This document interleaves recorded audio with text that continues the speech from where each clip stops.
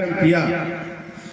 इस प्रांगण में बैठे हुए हमारे पिता तुल बुजुर्ग, नौजवान साथी, माताएं बहनें, कल का भविष्य नन्हे मुन्ने बच्चे, सभी का इस पंचशील धम्म ज्ञान वर्षा कार्यक्रम में भीम आर्मी भारत एकता मिशन, आजाद समाज पार्टी आपका हृदय की गहराइयों से स्वागत, वंदन, अभिनंदन करती है, आपका धन्यवाद ज्ञापित करती है। आज इस तरह के कार्यक्रम समाज को अपने खून पसीने का पैसा खर्च करके क्यों करना पड़ता है? आप लोगों को भी इस कड़ाके की ठंड में घर के काम छोड़ करके यहाँ पर आकर के क्यों बैठना पड़ता है? इसका उद्देश्य है, यदि हम बच्चे को स्कूल पढ़ने भेजते हैं तो उसका उद्देश्य है कि हमारा बच्चा पढ़ लिख करके एक लायक इंसान बने जो देश और समाज की सेवा करे। क्यों माता जी? जो बच्चों को पढ़ने जब भेजते हैं तो केवल उद्देश्य है कि हम अनपढ़ रहे, हम मजदूरी करते, हम खेती करते, हमारा लड़का पढ़ लिख करके, लड़का लड़की एक लायक इंसान बने, देश और समाज की सेवा करे और धन संपदा इकट्ठा करे, परिवार को पाले पोसे, समाज में नाम रोशन करे, बुढ़ापे हमारा एक सहारा बने, अच्छा सहारा बने। इसलिए हम बच्चों को पढ़ने भेजते हैं। खेती हम इसलिए करते हैं कि हमारा पेट पालन हो जाए और हमारे दैनिक खर्चे निकल जाए। जिनके पास खेती नहीं, मजदूरी करते हैं कि हमारे घर के काम हो जाए, घर का खान पान चल जाए। तो हर चीज का एक उद्देश्य है, इस कार्यक्रम का भी उद्देश्य है।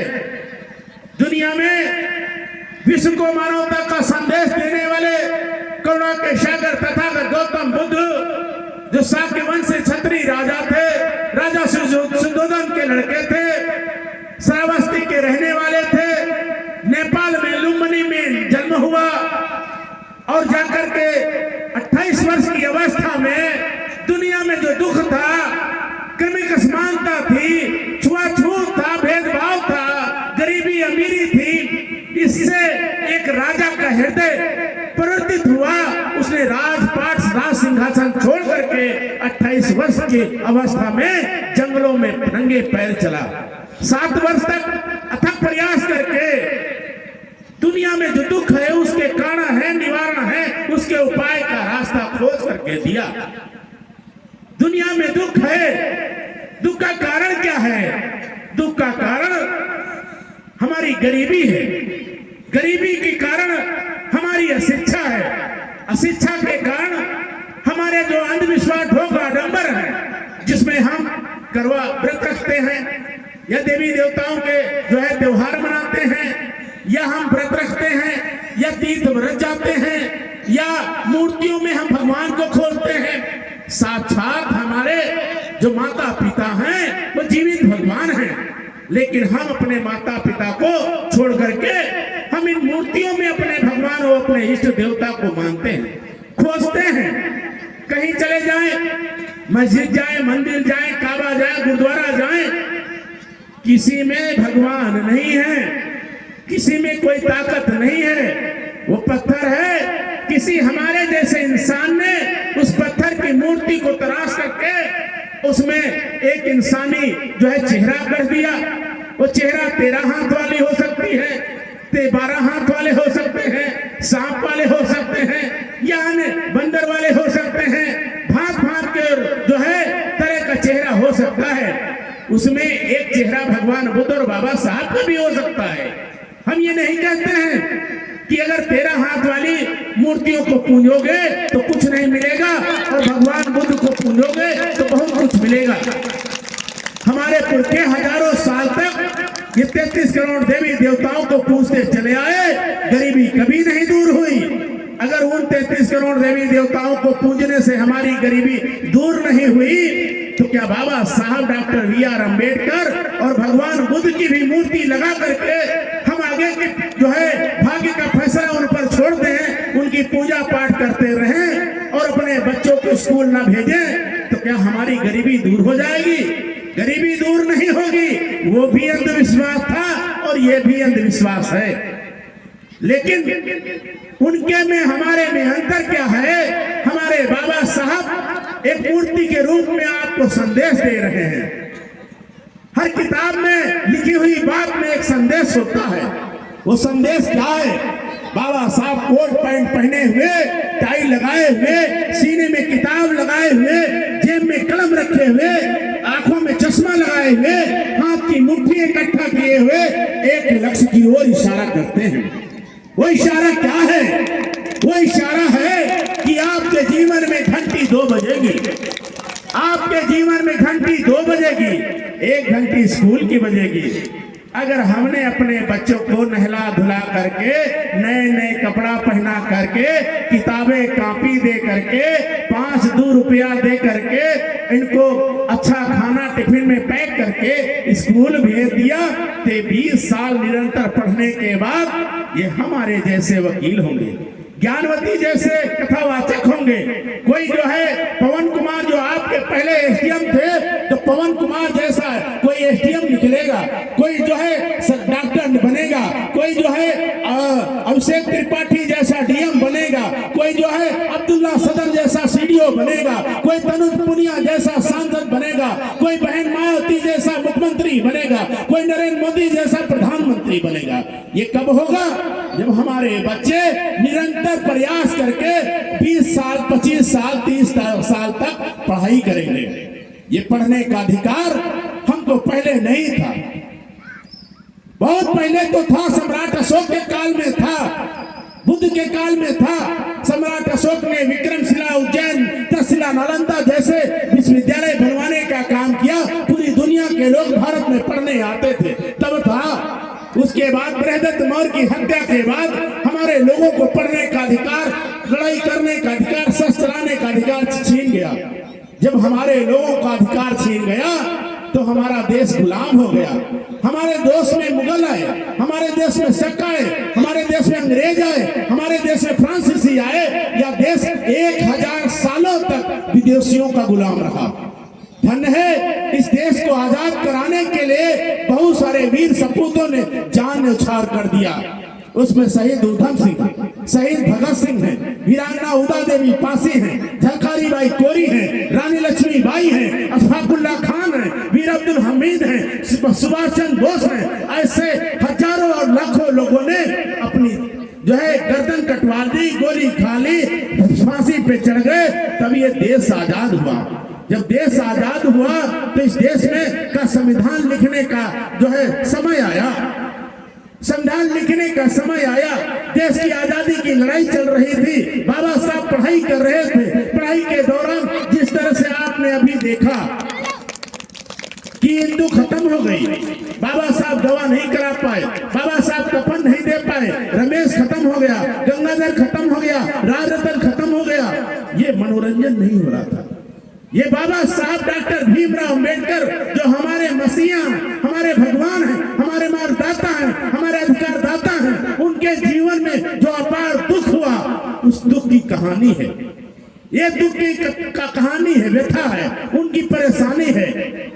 अगर आप ध्यान से उस चीज को देखें तो अगर ये समझ लीजिए ये नाटक नहीं हो रहा, बाबा साहब साक्षात हैं। उनके सामने उनकी पत्नी, उनकी बेटी मर गई और उन बच्चे के लिए कितना तड़प रहे हैं। हर मनुष्य के घर में जब उसका अजीज व्यक्ति जाता है, उसके माता जाते हैं, पिता जाते हैं, बेटा जाता है, तो आंखों से आंसू की धार निकलती है। इसी तरह बाबा साहब के जीवन में 4 बच्चे चले गए, लेकिन बाबा साहब डॉक्टर BR अम्बेडकर इस देश में करोड़ों SC ST OBC कुर्मी काची है गड़रिया तेली तंबोली नाई भुंजी कहार लोहार सुनार जमार पासी नट कंजड़ बढ़िया, इन समाज के लिए अधिकारों की लड़ाई लड़ रहे थे। उन्होंने अपने बच्चों का देख रेख नहीं कर पाए, अपने बच्चों के लिए दवा इलाज नहीं कर पाए, अपने बच्चों का कफन नहीं दे पाए। तब जाके 32 डिग्री उनके पास हासिल हुई। 32 डिग्री के 14 भाषा के ज्ञाता हुए, 40 भाषा किताबों को लिखने का काम किया। तब जाके हमको अधिकार मिला। बहुत सारे लोग जब कथा कराई जाती है तो कुर्मी कहते हैं चमारों की कथा, यादव कहते हैं चमारों की कथा। अरे भगवान बुद्ध जो है शाक्य वंशी मौर्य वंशी क्षत्रिय राजा थे। मौर्य तो चमार नहीं है। जब जाति व्यवस्था नहीं थी तो सारे लोग एक थे, लेकिन जाति व्यवस्था में विभाजित होने के बाद 6647 में बांट दिया गया जातियों में, तो हम लोग तो यादव ललाई सिंह यादव का गुणगान करते हैं। ये यादव समाज के आते हैं, छत्रपति साहू जी कुर्मी समाज के आते हैं, साहू जी महाराज जो है माली समाज के आते हैं, भगवान बुद्ध मौर्य समाज के आते हैं। इस तरह से सारे महापुरुषों का जो है के इतिहास की जानकारी समाज को देने का काम करते हैं। इतिहास से क्या होता है, महापुरुषों के इतिहास से क्या होता है, अगर हम इतिहास की जानकारी होगी तो हमारे मन में एक जिज्ञासा बनेगी। कौन सी जिज्ञासा? कि बड़े मुसीबत के साथ बाबा साहब ने हमको पढ़ने का अधिकार दिया, नौकरी का अधिकार दिया, व्यवसाय का अधिकार दिया। इस अधिकार को और इस समय को खोए ना। कैसे न खोए? अंधविश्वास होगा नंबर में न खोए। अपने बच्चों का जन्मदिन मना करके अपने पैसे को उसमें न बर्बाद करें। बच्चों का मुंडन करवा करके उसमें बड़ा भंडारा करवा के उसमें पैसा न बर्बाद करें। मुंडन करने से आपके बच्चे की उम्र बढ़ने वाली नहीं। 1000-2000 आदमी आएंगे, खाना खाएंगे और नमक पानी बता करके कि दाल पतली, नमक नहीं था, रसगुल्ला नहीं मिला, तो इस तरह से 1000 कमियां निकाल करके चले जाएंगे। हमारे पास गरीबी है, हमारे पास धन का अभाव है, इसलिए हमको सोच समझ करके अपना पैसा खर्चा करना चाहिए। चाहे जन्मदिन हो, चाहे मुंडन हो। जिनके पास अथाह पैसा है, सीबीआई ईडी उनके घर में छापा मारते हैं, रुपया मशीनों से गिना जाता है, वो लोग जन्मदिन मुंडन करावे, वो अथाह रुपया पानी की तरह बहावे। हमारी की तो पहली जरूरत है कि हम अपने बच्चों को शिक्षित करें। बाबा साहब ने कहा शिक्षा शेरनी का वह दूध है जो पिएगा वो दहाड़ेगा। बाबा साहब ने दूसरी लाइन में कहा शिक्षा वह मास्टर चाबी है जिससे सारी समस्याओं के ताले खोले जा सकते हैं। कबीर ने कहा पातर पूंजे हर मिले तो मैं पूंजू पहाड़, जासे चाकी घर की चाकी भली जिसका पीछा जखाए संसार। कि पत्थर पूंजने से भगवान मिले तो मैं पहाड़ पूंजने को तैयार हूं, पत्थर पूंजने से भगवान नहीं है। भगवान कौन है? हमारे सामने हमारे युवा वृद्ध माता पिता ही हमारे भगवान हैं। अगर माता पिता न होते तो हम इस धरती पे कोई पैदा न होता। तो पैदा करने वाला हमारा माता पिता, टट्टी पेशाब उठाने वाला हमारा माता पिता, हमको सूखे में सुलाने वाला माता पिता, हमारे पेशाब पर गीले बिस्तर में सोने वाला हमारा माता पिता। तो साक्षात माता पिता हमारा भगवान है। ये पत्थरों की देवी देवता, ये कागज के फोटो हमारे भगवान है।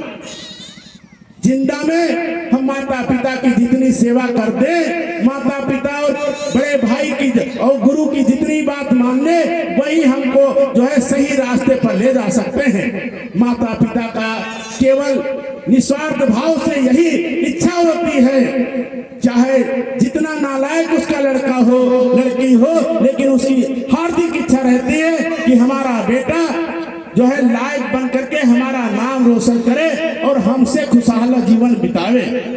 वृद्ध हो जाता है, आप खाना नहीं देते हैं, आप पानी नहीं देते हैं, बहुएं अपनी सास की जो है फिक्र नहीं करती हैं, रेतु करके बात करती हैं, लेकिन मरने के पहले या मरने के समय तक भी वो अपनी प्रॉपर्टी को पड़ोसी को दान नहीं देते हैं। वो ट्री जो निरी अपने बच्चों के लिए जो पैसा बुढ़ापे तक इकट्ठा करते हैं, और जब सांस थम जाती है तो असली वारिस उनकी प्रॉपर्टी के उनके खून पसीने के असली वारिस कौन होता है?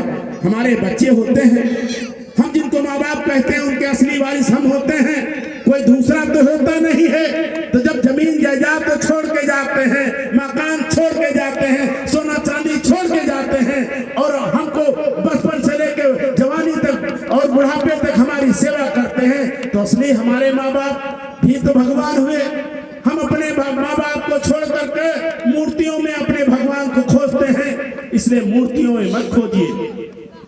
दूसरे मार्ग जाता हमारे महापुरुष हैं, चाहे भगवान बुद्ध हो, संत रविदास हो, संत कबीर हो, दुर्गासी दास हो, नारायण गुरु हो, साहू जी महाराज हो, चाहे ज्योतिबा फूले हो, सावित्रीबाई फूले हो, ईवी रामा स्वामी पेरियार हो। पाल समाज में जन्मे ईवी रामा स्वामी पेरियार।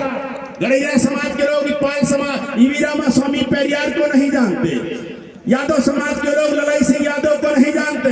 ललाई सिंह यादव न होते तो जो यादव समाज के लोग आज बड़े बड़े दरोगा सिपाही बने टहल रहे हैं, वर्दी पहन के घूम रहे हैं, तो ललाई सिंह यादव की देन है। तो उनको वर्दी मिली, उनको कपड़े मिले, उनको मकान मिले और 3 साल तक ये लगातार जेल में रहे और बाबा साहब के रास्ते को आगे ले जाने का काम किया। साहू जी महाराज ने बाबा साहब को पढ़ाने का काम किया। ज्योतिबा फूले ने पहला स्कूल खोल करके महिलाओं को शिक्षित करने का काम किया। सावित्रीबाई फूले खुद पर कीचड़ जो है गोबर सहन किया, लेकिन निरंतर समाज को पढ़ाने के लिए जो है अपने बच्चे पैदा नहीं किए। ये हमारे महापुरुष हैं जिन्होंने निस्वार्थ भाव से हमारे माता पिता की तरह हमारा जो है समाज आगे बढ़ जाए, इसलिए सर्वोच्च जीवन न्यौछावर कर दिया। बाबा साहब डॉक्टर बी.आर. अम्बेडकर के त्याग की जो है ये धरती पूरी जो है कागज हो जाए, पूरा समंदर स्याही हो जाए, पूरा जंगल कलम बना दो, उसके बाद भी बाबा साहब का इतिहास, उनका त्याग अगर लिखा जाएगा तब भी कोई लिख नहीं सकता। कोई इस धरती पे बाबा साहब के त्याग को लिख नहीं सकता, क्योंकि इस बेजुबान इंसान को सड़कों पर चलने का अधिकार नहीं था, दूध दही घी खाने का अधिकार नहीं था, शादी ब्याह ठीक से करने का अधिकार नहीं था, जानवरों जैसी जिंदगी थी। इस जिंदगी को इंसानी जिंदगी बना करके स्वर्ग के रूप में आपको अधिकार देने का काम किया, अपने परिवार को न्यौछावर कर दिया। ऐसे महापुरुष बाबा साहब डॉक्टर बी.आर. अम्बेडकर के जीवन संघर्ष, उनके त्याग को हम अदा नहीं कर सकते। आज बाबा साहब डॉक्टर बी.आर. अम्बेडकर की तीसरी चौथी पीढ़ी बंबई में है। उनके लड़के यशवंत राव थे, यशवंत के लड़के 3 थे, एक जो है भीमराव थे, एक जो है आनंद राव थे, एक मुकुंद राव है और उनकी चौथी पीढ़ी भी है। लेकिन क्या चौथी पीढ़ी तीसरी पीढ़ी हमारे पास आती है कि हमारे बाबा साहब, हमारे परबाबा ने तुमको अधिकार दिया था, तुम पढ़े, तुम नौकरी पाए, हमको रुपया वापस करो? कोई मांगने आता है? नहीं आता है। तो बिना कुछ तब जो है मांगे हमको सब कुछ बाबा साहब देकर गए। आज हम क्या करते हैं? आज जब हमको अधिकार मिल गया तो हम मंदिरों में भटक रहे हैं, जब हमको अधिकार मिल गया तो देसी दारू के ठेके पे खड़े हैं, मजदूरी करते हैं, 500 रुपया लाते हैं, 150 रुपये का जो है से देसी दारू पी करके 50 रुपये का अंडा खा करके 200 रुपया खर्च करके चले आते हैं और आते हैं अपनी पत्नी को पीटते हैं, पड़ोसी से झगड़ा करते हैं, पड़ोसी से झगड़ा करते हैं, 100 नंबर पुलिस आती है, उठा के बंद कर देती है। वही जिस पत्नी को हम पीटते हैं, साग भाजी के कारण दाल नहीं बनाए, तुमने जो है सब्जी नहीं बनाई, घर में कुछ है नहीं, तुम दारू पी के चले आए, पत्नी को पीट रहे, मोहल्ले में झगड़े कर रहे, 100 नंबर पुलिस उठा ले जाती है। वही हमारी पत्नी, हमारे परिवार के लोग प्रधान बीडीसी नेता के यहाँ दौड़ दौड़ के जाते हैं, पायल बिछिया बेच करके फिर तुमको छुड़ाने का काम करते हैं। क्यों माता जी? लेकिन हमारी समझ में नहीं आता, अगर हम 200 रुपया देसी दारू के ठेके पे खर्च करने से बेहतर है अगर हम 50 रुपए की सब्जी ले लें, 150 रुपए का सुबह दूध ले लें, 150 रुपए का दूध 3 लीटर मिलेगा, 3 लीटर में पूरा घर जो है एक पौवा पी जाएगा। अगर 6 महीने लगातार आप दारू पीना बंद कर दें और दूध की तरफ मुड़ जाएं तो आपके चेहरे में रौनक आ जाएगी, चेहरे में चमक आ जाएगी और आपके बच्चे भी सुबह 1 गिलास दूध पी करके जब स्कूल जाएंगे तो आपके बच्चों का दिमाग खुल जाएगा। लेकिन हम उधर तो जाते नहीं, हम तो पान बीड़ी सिगरेट में पीने में मस्त हैं, दारू पीने में मस्त हैं। पैसा हो गया अंग्रेजी दारू पी रहे हैं और पैसा हो गया बियर पी रहे हैं, नातेदार आ गया तो 2 किलो गोश्त भी आ गया। तो हमारे बच्चों की पढ़ाई तो केवल 2 चीजों से बाधित हो रही है, दारू, शराब, पान मसाला, गुटखा और आपके मुंडन और जन्मदिन से। माताएं बहनें मुंडन जन्मदिन बंद कर दें और नौजवान साथी वृद्ध साथी दारू पीना बंद कर दें और दोनों पैसा का इकट्ठा करें, अपने बच्चों को अच्छे से अच्छे स्कूल में पढ़ा करके अच्छा से अच्छा खाना खिला करके जिस दिन आप डॉक्टर, इंजीनियर, वकील, बैरिस्टर बना देंगे तो जो गरीबी के कारण मुखमंड के चले जाते हैं, वही बड़े बड़े रिश्तेदार हमारे दरवाजे पे आएंगे, कहेंगे बाबू, भैया, दादा, तुम हमारे पुराने जमाने के रिश्तेदार हो, तुम्हारा लड़का लेखपाल हो गया, तुम्हारा लड़का मास्टर हो गया, हमारी बिटिया भतीजी साले की बिटिया है, 20 लाख रुपया या ब्रेजा गाड़ी ले लो और लड़का लड़की की शादी हमारे नातेदारी में लड़की से कर दो। होगा कि नहीं होगा? उसी दिन आपकी किस्मत बदलेगी, आपके साथ कोई अत्याचार नहीं करेगा, आपकी कोई जमीन जायदाद नहीं छीनेगा, आपकी बहन बेटी को कोई ताकेगा नहीं और आप अच्छे अच्छे अस्पतालों में अपना इलाज करा सकते हैं। तो इस ओर कदम बढ़ाइए। यही भगवान बुद्ध और बाबा साहब का संदेश है, यही हमारी ज्ञानवती बौद्ध का संदेश है, यही पूरा सार है, निष्कर्ष है, निचोड़ है।